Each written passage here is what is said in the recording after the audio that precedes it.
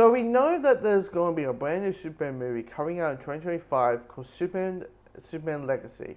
And how important is this movie? Very important, because this is meant to be setting up a brand new DC cinematic universe where they are trying to make DC at the same level as Marvel, as it should be. These characters are so well fleshed out, so beloved, and so, let's be honest, probably more popular. I'm not saying just because I'm a DC guy, more popular, more well known than the Marvel characters. You know, people knew who Batman was, and Superman was, and Wonder Woman was, and Aquaman was, and Flash, and maybe a Green Lantern, and all these Mountain and Supergirl and Batgirl and all these and Robin before there was ever an Iron Man movie.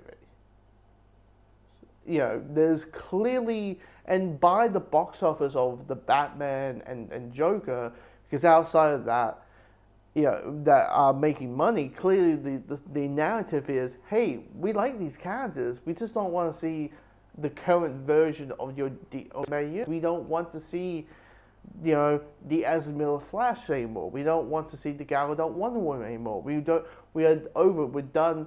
You give us mediocrity, i.e.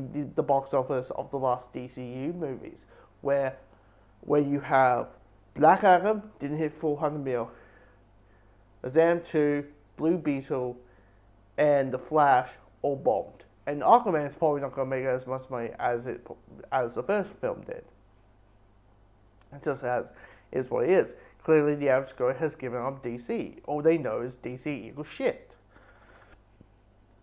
So they're trying to make a change of brand by starting a brand new, having DC Studios, having a brand new division, having James Gunn and Peter Safran being co-CEOs of the studio, and greenlighting so many projects like Supergirl Woman Tomorrow, which we found out there's a writer attached to it. Blade the Bold, which is the Batman movie, which we know Andrew Ney, the director of The Flash, is directing that film. We know there's going to be a Swamp Thing movie directed by James Mangold, who did Logan, is apparently doing that movie. It's a lot of stuff. There's a lot of promise here, but it all comes down to how does Superman is. Because this movie doesn't need to be good, it needs to be fucking fantastic. And that's what it needs to do. And for a lot of people, we haven't had a good Superman movie since 1980. I would say blasphemy for all the people. Blasphemy, we haven't had a good Superman movie since 2013. Anyway, even the Batman and Superman, I don't know. I remember watching it, gearing up for the Snyder Cut. I was like, it's not as horrible as I remember. It's not a bad movie. I think you know what it is? I'm calling it Batman and Superman is fine wine. It goes well by age. It's not a bad movie. I get what Snyder was going for, but it clearly didn't click for audiences. But anyway, we know our cast. We know David Corseff is going to be Superman. We know that Rachel Brosnahan is Lois Lane. Nick Fury is a Green Lantern named Guy Gardner. We got Hawkgirl. We got Mr. Terrific. We got Metal Mofo. We got all these characters, but we're all wondering who's the villain. Well, we know a villain that might lead to villains, because anytime there's a Superman movie, we're all like, who does he fight? He's that powerful. Who's the physical threat? Well, the engineer is, and we know who's playing the engineer, and that is María Gabriela de Faría is set to play the engineer. And I'm waiting this from Deadline.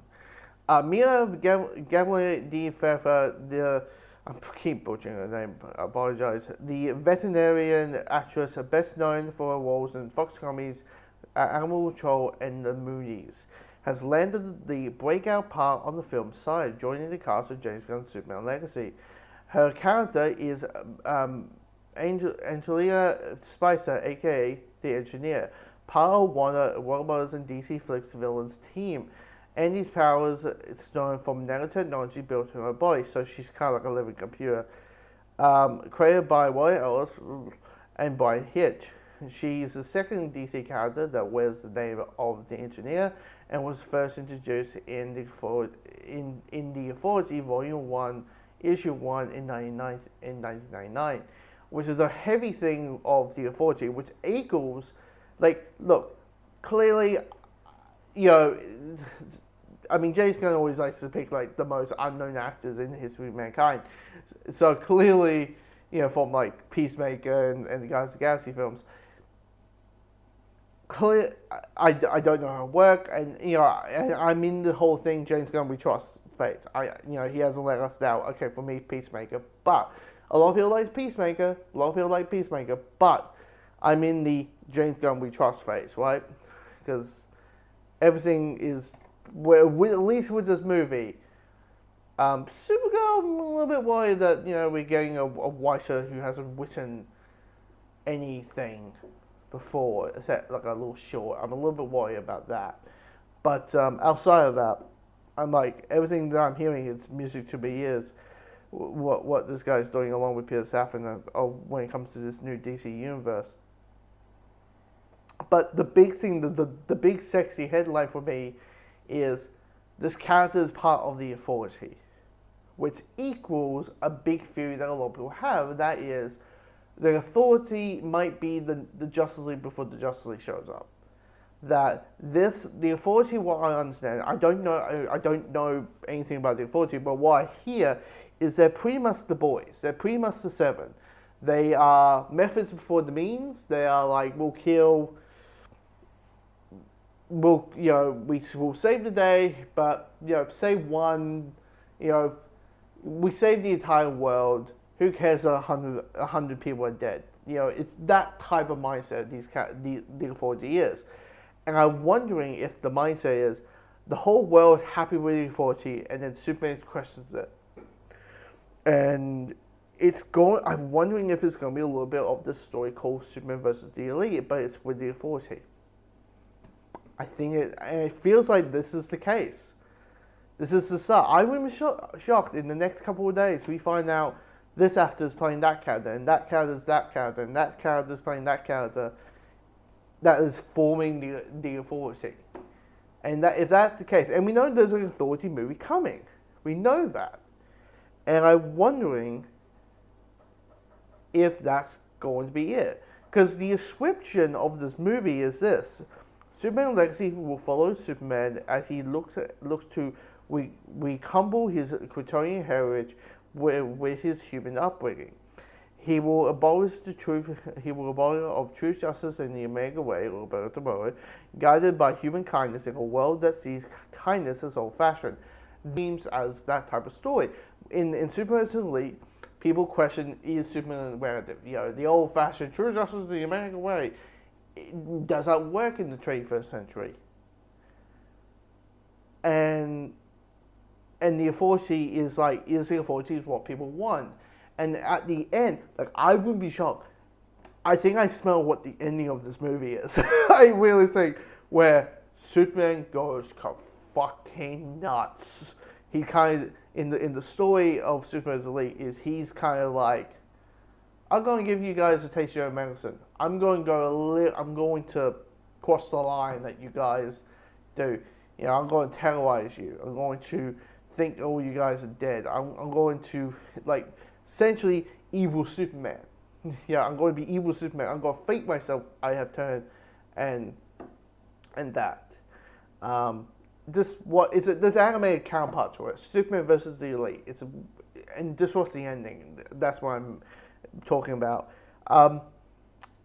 That's the big thing with me, because we live in knowing that there's a Green Lantern in this. By this first movie, we will know that there's a Green Lantern. We know there's a Hawk Girl. We know there's a Murpho, and we know there's a Mr. Terrific.